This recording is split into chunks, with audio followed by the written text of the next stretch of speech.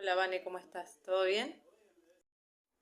Justo antes de venir para acá me estaba acordando de la conversación que tuvimos el otro día sobre el rumbo de la educación en la actualidad y me puse a hacer un raconto de cómo fue cambiando la concepción de este concepto. Y me preguntaba, ¿nos dimos cuenta de que si miramos la historia de la educación en Argentina, siempre parece la misma tensión? ¿Educar para obedecer o para pensar? Desde la época colonial hasta el día de hoy, la escuela fue un espacio donde la oligarquía jugó un papel fundamental. Desde la época de la colonia, la enseñanza estaba en manos de la iglesia y el objetivo era evangelizar, no formar ciudadanos. El saber era una forma de control, pero ya a fines del período colonial, figuras como Manuel Belgrano empezaron a pensar distinto. Él postulaba que sin educación el pueblo no podía ser libre. Lo más interesante de lo que Belgrano proponía es que sin educación el pueblo no podía ser libre. Lo más interesante además es que proponía escuelas prácticas, agricultura, comercio, técnicas. Proponía una educación para el desarrollo, pero también para la dignidad. En esa línea, Mariano Moreno también apostaba a la ilustración del pueblo. Defendía la ilustración porque creía que la libertad solo se sostenía con conocimiento. Decía algo muy actual como el pueblo debe saber para no ser engañado. Para Moreno, educar era un acto político, una forma de evitar la manipulación y fortalecer la democracia naciente. Años más tarde, con la Organización Nacional, la escuela se volvió el pilar del proyecto del país. Sarmiento y Alberdi entendieron que educar era construir nación, pero desde miradas distintas. Buenas tardes, mi nombre es Rodríguez Andrea Vanessa y como, bien decía mi compañera Liz, eh, Alberdi creía que la instrucción debía preparar para el trabajo y el progreso. Gobernar es poblar y para eso era necesario un pueblo educado, capaz de sostener la república.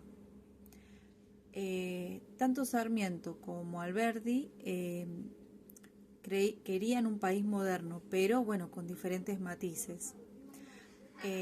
Alberdi veía la instrucción como una base del progreso económico y social.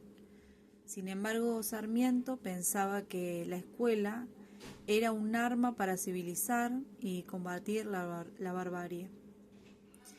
Y si bien esto parece una contradicción, ambos modelos excluyen a los pueblos originarios, a los gauchos y a los sectores populares.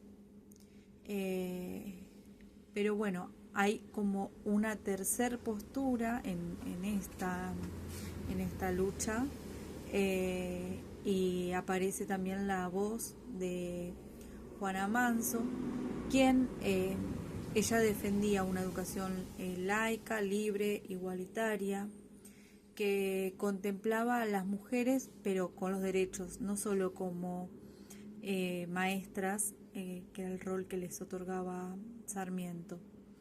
Y pensaba que educar no era domesticar, sino liberar.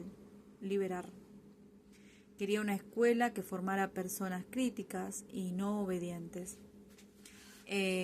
Fue sin duda una adelantada para su tiempo.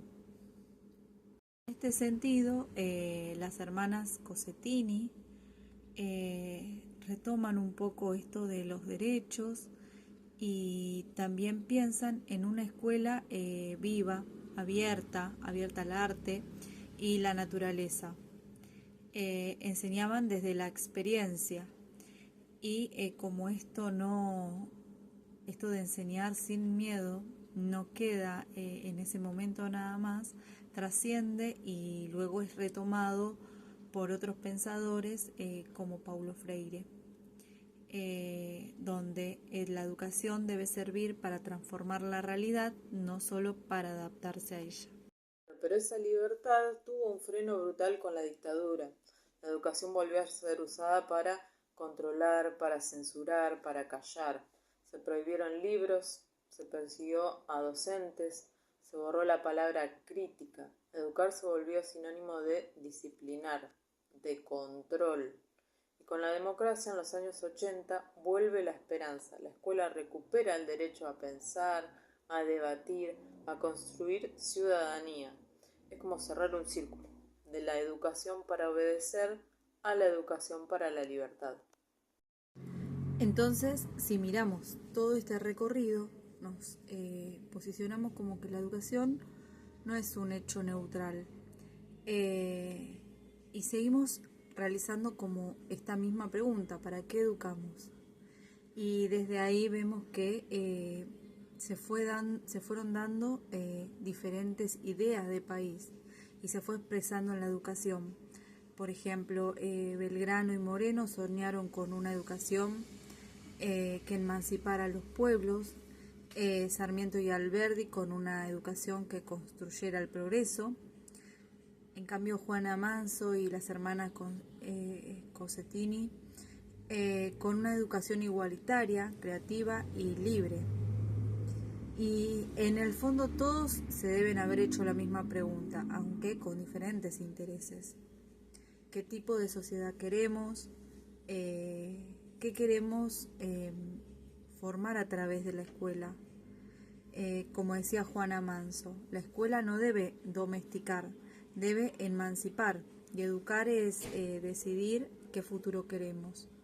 Y ojalá ese futuro nos encuentre siempre del pensamiento y la libertad.